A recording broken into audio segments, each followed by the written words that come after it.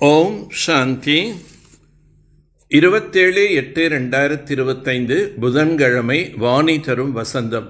இனிமையான குழந்தைகளே, தன்னுடைய சதோ பிரதானமான அதிர்ஷ்டத்தை உருவாக்கிக் கொள்வதற்காக நினைவில் இருப்பதற்கு தீவிர முயற்சி செய்யுங்கள். நான் ஆத்மா, பாபாவிடமிருந்து முழுமையாக ஆஸ்தி அடைய வேண்டும் என்பது சதா நினைவில் இருக்கட்டும். குழந்தைகளுக்கு நினைவில் சார்ட் வைப்பதற்கு ஏன் கடினமாக உள்ளது? ஏனென்றால் பல குழந்தைகள் நினைவின் சரியான அர்த்தத்தை புரிந்து கொள்ளவில்லை. நினைவில் அமருகிறார்கள், புத்தி வெளியே அலைப்பாய்கின்றது, அமைதியாக இல்லை. அவர்கள் பின் வாயு மண்டலத்தை கெடுத்து விடுகிறார்கள். நினைக்கவே இல்லை என்றால் எப்படி சார்ட் எழுத முடியும்? ஒருவேளை பொய்யாக எழுதினால் மிகுந்த தண்டனை கிடைக்கின்றது. உண்மையான தந்தைக்கு உண்மை தெரிவிக்க வேண்டியதாக இருக்கின்றது. ஆன்மீக குழந்தைகளுக்கு மீண்டும் ஆன்மீக தந்தை எவ்வளோ முடியுமோ ஆத்மா அபிமானியாக ஆகுங்கள் என்று தினம் தினம் புரிய வைக்கின்றார். நாம் அந்த எல்லையற்ற தந்தையிடம் எல்லையற்ற ஆஸ்தியினை அடைவதற்காக வந்திருக்கின்றோம். தூய்மையான சத்தோ பிரதானமாக ஆகாமல் சத்தோ பிரதானமான அதிர்ஷ்டத்தை அடைய முடியாது. நாம் ஆத்மா, எல்லையற்ற தந்தையிடம் நாம் ஆஸ்தியை அடைந்து கொண்டிருக்கின்றோம். ஏனென்றால் மாயை மறக்க வைக்கின்றது. எல்லையற்ற தந்தை மட்டுமே புரிய வைக்கின்றார். இதை புரிந்து கொள்வதால் நீங்கள் சௌபாகியசாலி மட்டுமல்ல, பல கோடி மடங்கு பாக்கியசாலி ஆகிறீர்கள். பாபாவை அறியாததால், நினைக்காததால் ஏழையாக ஆகிவிட்டனர். ஒரே ஒரு தந்தை சதா காலத்திற்கும் வாழ்க்கை சுகம் அடைய வைக்க வந்திருக்கின்றார். பாரதமே தான் தாழ்வடைவதற்கும் அனைவரும் தாழ்வாவதற்கும் பொறுப்பாக இருக்கின்றது. நான் இங்கேதான் வந்து பாரதத்தை சொர்க்கமாக, உண்மையான கண்டமாக மாற்றுகின்றேன். ஒரு தந்தையிடம் பலி ஆக வேண்டும். உங்களை மாயாவின் மீது வெற்றி அடைய வைக்கின்றார். பலர் நினைவில் இல்லாததால் தடைகள் ஏற்படுத்துகின்றனர். முழு நாளும் புத்தி வெளியே அலைந்து கொண்டிருக்கின்றது. இங்கே சாந்தமாக இருக்க முடியாது.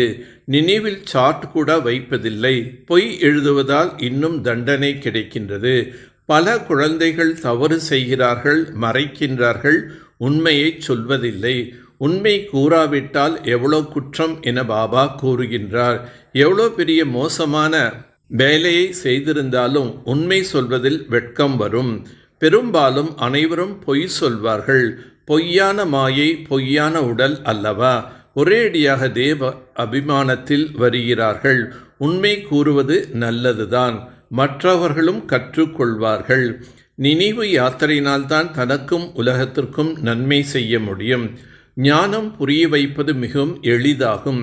நினைவில்தான் முயற்சி தேவைப்படுகின்றது. யார் வேண்டுமானாலும் ஆலோசனை கொடுக்க முடியும்.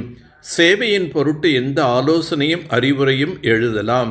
எந்த ஆலோசனை தோன்றினாலும் எழுத வேண்டும் என்று பாபா கூறுகின்றார். பாபா இந்த யுக்தியினால் சேவை அதிகரிக்க முடியும். எதன் வாயிலாவது நாம் பாரதத்திற்கு நன்மை செய்ய வேண்டும். மம்மா ஒரு பிடி அவள் கூட எடுத்து வரவில்லை என பாபா மம்மாவின் எடுத்துக்காட்டை தெரிவிக்கின்றார். பிறகு இவ்வளவு உயர்ந்த பதவி அடைந்து விட்டார். இதில் பணத்தின் விஷயம் எதுவும் இல்லை. நினைவில் இருக்க வேண்டும். தனக்கு சமமாக மாற்ற வேண்டும்.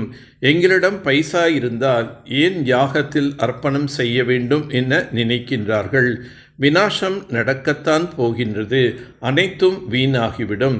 இதைவிட கொஞ்சமாவது அர்ப்பணம் செய்யலாம். நீங்கள் தூய்மை ஆகிறீர்கள் என்றால் அனைத்து பைசாவையும் உலகத்தை தூய்மையாக்குவதில் ஈடுபடுத்துவது நல்லது அல்லவா? இந்த நேரத்தில் எந்த மனிதரும் நாடகத்தின் கால அளவை அறியவில்லை. தேவதைகளின் கால் இந்த தமோ பிரதான உலகத்தில் வைக்க முடியாது என்று குழந்தைகளுக்கு புரிய வைக்கப்பட்டிருக்கின்றது. ஜட சித்திரங்களின் நிழல் படலாம், சைத்தன்யமானவர்களின் நிழல் பட முடியாது. குழந்தைகள், ஒன்று நினைவு யாத்திரை இருங்கள், பிறகு எந்தொரு விக்கர்மமும் செய்யாதீர்கள். சேவைக்கான யுக்திகளை கண்டுபிடியுங்கள். உயர்ந்த பதவி அடைய வேண்டுமென்றால் தனக்கு சமமாக மாற்றக்கூடிய சேவை செய்ய வேண்டும். ஒவ்வொரு அடியிலும் வழி கேட்டு நடக்க வேண்டும். அசுர வழி என்ன பயன் கொடுக்கும்? அசுரர்கள் பக்கம்தான் இழுத்து செல்லும். இப்போது உங்களுக்கு ஈஸ்வரிய வழி கிடைக்கின்றது. ஸ்ரீமத் பகவான் வாக்கு உயர்ந்தலும் உயர்ந்தது என்று பாடப்பட்டிருக்கின்றது. நீங்கள் ஒவ்வொரு அடியிலும் ஸ்ரீமத் கேட்டு பெற வேண்டும். ஆனால் யாருடைய அதிர்ஷ்டத்தில் இல்லையோ அவர்கள் ஸ்ரீமத் படி நடப்பதில்லை. ஸ்ரீமத் படி நடந்து முழு உலகத்தையும் சொர்க்கமாக மாற்றக்கூடிய சேவை செய்ய வேண்டும். பலரையும் தனக்கு சமமாக மாற்ற வேண்டும். அசுர வழியிலிருந்து தன்னை பாதுகாத்து கொள்ள வேண்டும். நினைவின் முயற்சியினால் ஆத்மாவை சத்தோ பிரதானமாக ஆக்க வேண்டும். சுதாமை போல இருக்கின்ற ஒரு பிடி அவளை அர்ப்பணித்து தன்னுடைய அனைத்து விருப்பங்களையும் நிறைவேற்றி கொள்ள வேண்டும். ஒரு பாபாவை தவிர எனக்கு யாரும் இல்லை. இந்த திட சங்கல்பத்தின் மூலம் அவினாஷி அமர் ஆகுக. ஒரு பாபாவை தவிர எனக்கு யாரும் இல்லை. எந்த குழந்தைகள் இந்த திட சங்கல்பம் செய்கிறார்களோ அவர்களின் ஸ்திதி தானாகவே மற்றும் சகஜமாகவே ஏக்ரஸ் ஆகிவிடும்.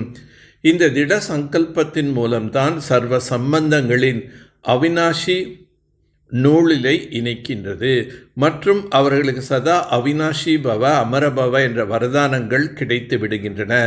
திட சங்கல்பம் செய்வதன் மூலமாக புருஷார்த்தத்தில் கூட விசேஷ ரூபத்தில் லிஃப்ட் கிடைக்கின்றது.